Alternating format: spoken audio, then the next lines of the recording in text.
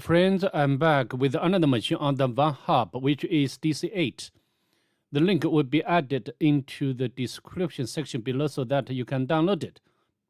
Before we move forward, if you don't mind, please subscribe to my channel and leave a like below. You're greatly appreciated. So without further ado, let's just get started. I've already imported the machine into the VirtualBox. So now we can go inside the Linux VM. Firstly, we need to do the discovery of the IP address. The tool I'd like to use is net discover. So to net discover, or to complete this command. As you can see over here, the IP address of target has been identified by net discover as 252. Then we need to do the map scanning. Of course, to save time, I've already done that earlier. As you can see here, as you can see, I use the options like scene scan, the version scan, the default script scan.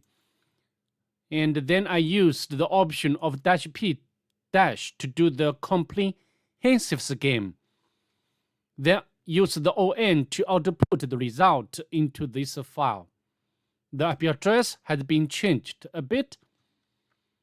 From the map scanning, we can tell that the target has two open ports. The first one is 22, which is running SSH service or secure shell service and corresponding version information. As we know, this version doesn't have any vulnerability. The second one is 80, which is running HTTP service, and also the version information, which is Apache. From the default script scanning, we can tell that this target has robots file available. Later, we can check them one by one manually by browser. So what we are going to do next, we need to do the enumeration both manually and automatically. Let's launch our browser first to do the enumeration first. And we can put the IP address of the target into the address bar.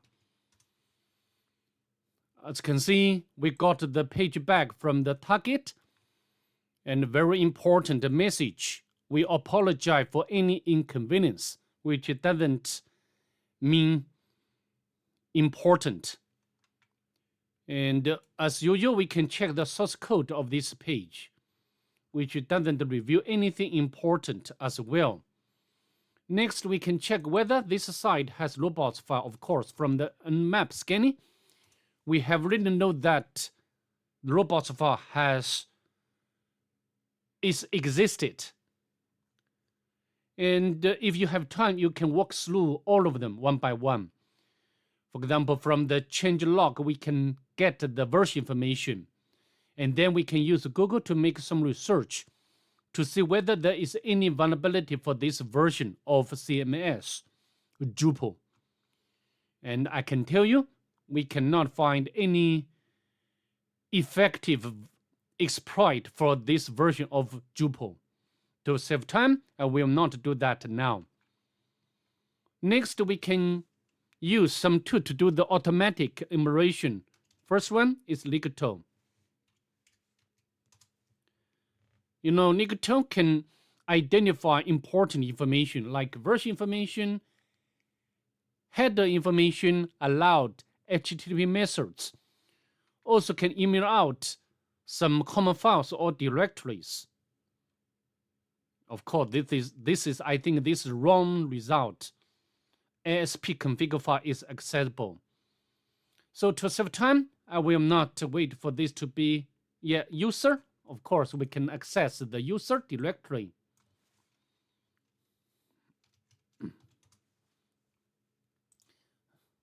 And we can provide like admin and admin to log in. Failed. Also, we can use login bypass technique. Failed as well.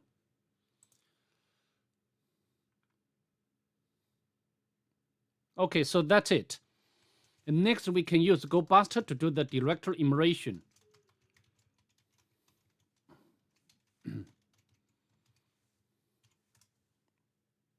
Yeah, a lot of outputs.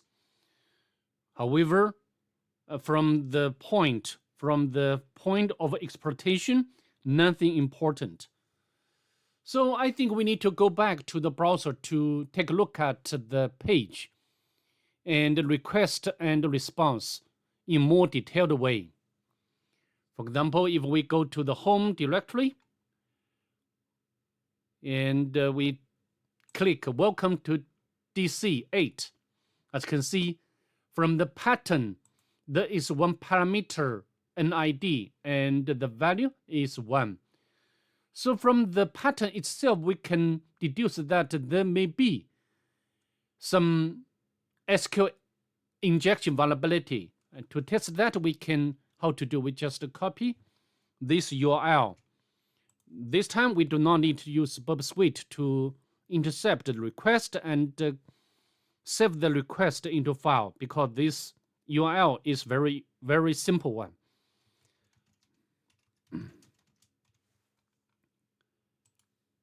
Paste the URL. Let's press enter. Yeah, of course, I want to continue.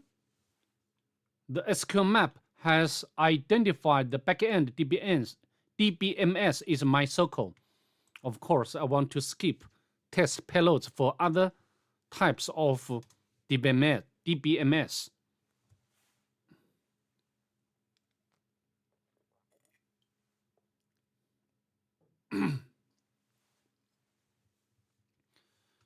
As you can see, SQL map has identified this parameter NID as vulnerable. Do you want to keep testing the others? I do not want to do that. Next, we need to make enumeration. We need to get or retrieve data from the database. First, we can use DBS option to get or retrieve the databases information, available databases information. There are two. And the first one is what we are looking for. Tables. There are so many tables. Of course, the most important table is users. And we can use the uppercase T, specify the users, specify the table to dump, and dump. As you can see, we got the email and the username and the password. Of course, this password is encrypted. Next, we need to crack the password. So how to do? We can copy this password, vim.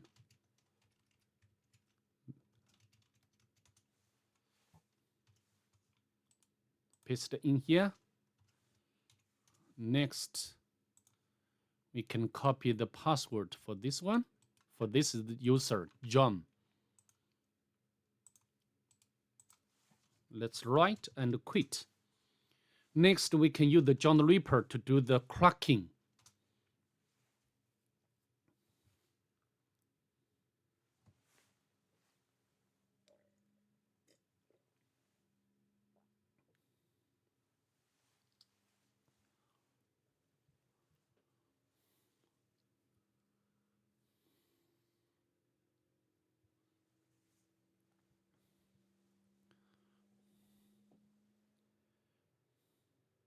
From the CPU usage, we can tell that this cracking process takes a lot of resources in terms of CPU.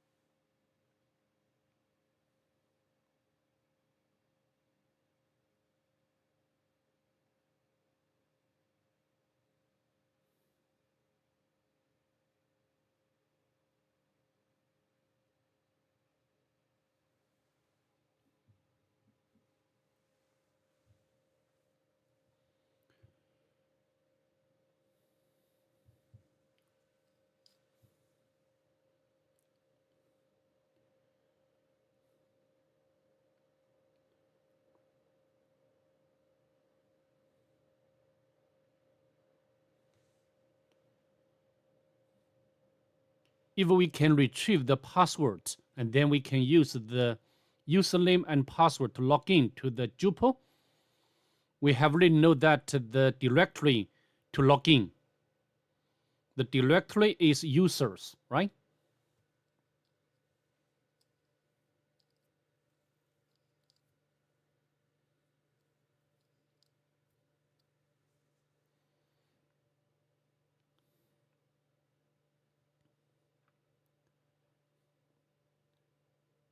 I think it would be better I pause the video now.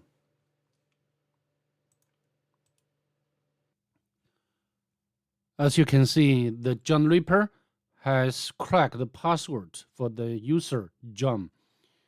However, failed to crack the password for the admin. So now we can use the credentials, what we've got from the John Reaper to log in. So we can go to the users and use the username is John. And the password is turtle. We just copy the turtle.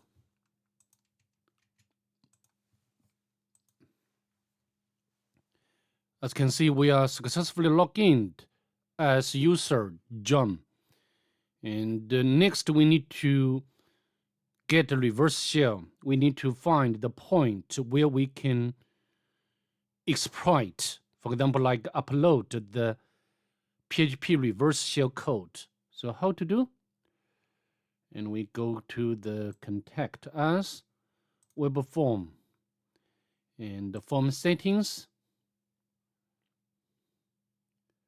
Because I configured the machine as host only, so it will not make a successful connection to the outside. We just wait for this to be timed out.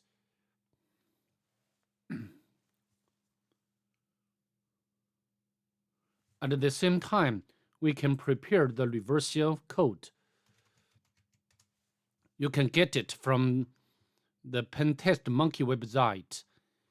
And of course, after you download this file, you need to modify the IP address to your own environment. And if you want, you also can modify the port number. Now we go back to the browser.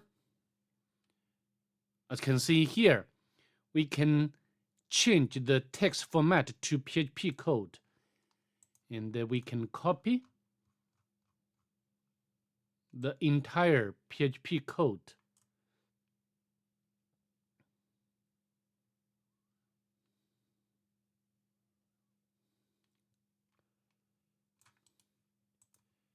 And paste in here. Save configuration. Now we can set up the listener. Can we?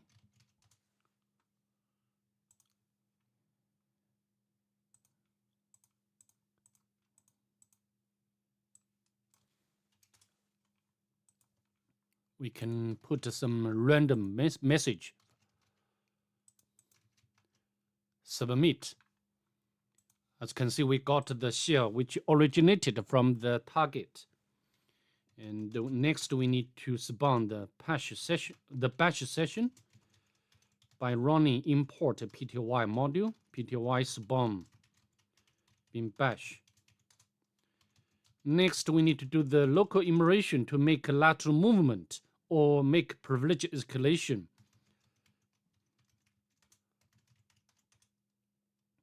Nothing important here. So next, I think we will be better. We can upload Nympia shell script to the target.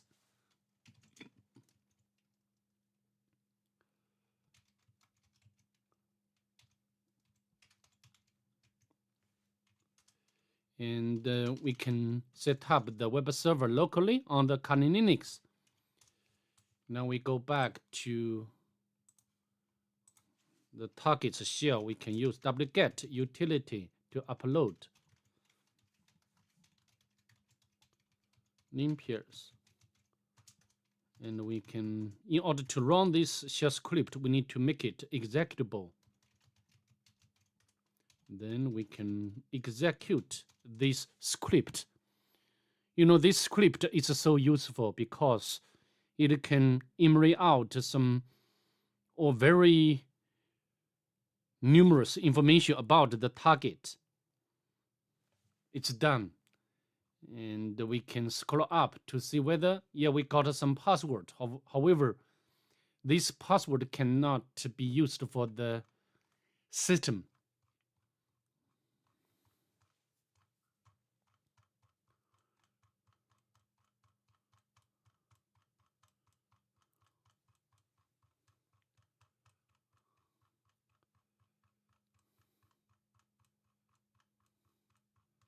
So much information.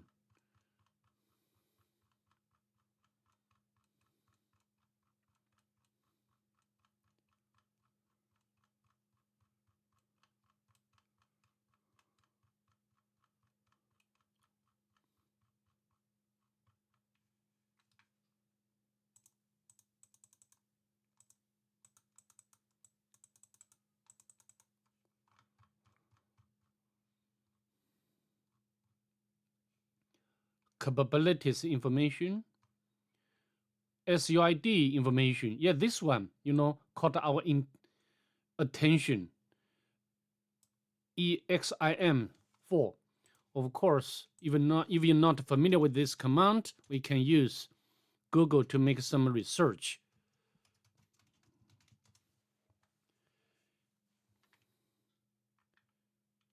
Install the command.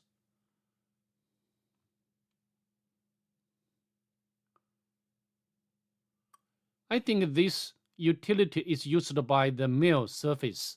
All right. So we can check the version of this utility. And then we can, yeah, this is the version. And then we can use the Google to make some search. Yeah, the first link can lead us to the exploit.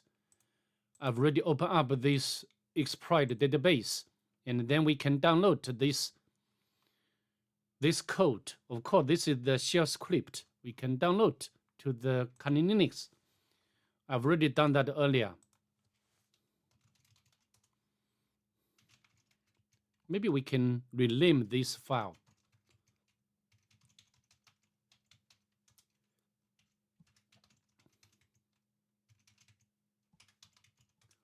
Next, we need to, yeah, maybe we can take a look at this code.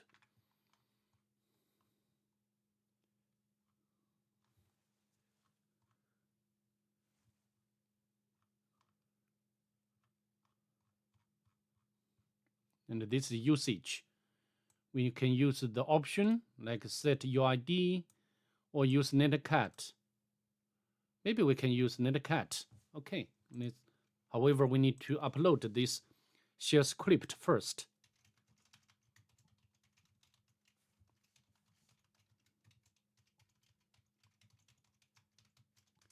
And then we can make it executable. Then we can run this and use the option of M netcat. However, bad interpreter, no such a file. Maybe we can use bash. Some error, you know, some delimiter. So I think this is the reason what caused the error. So how to solve this issue? We can use the set. Replace this delimiter by empty string. Next, of course, we need to remove existing exploit code first, and then we can upload this script again.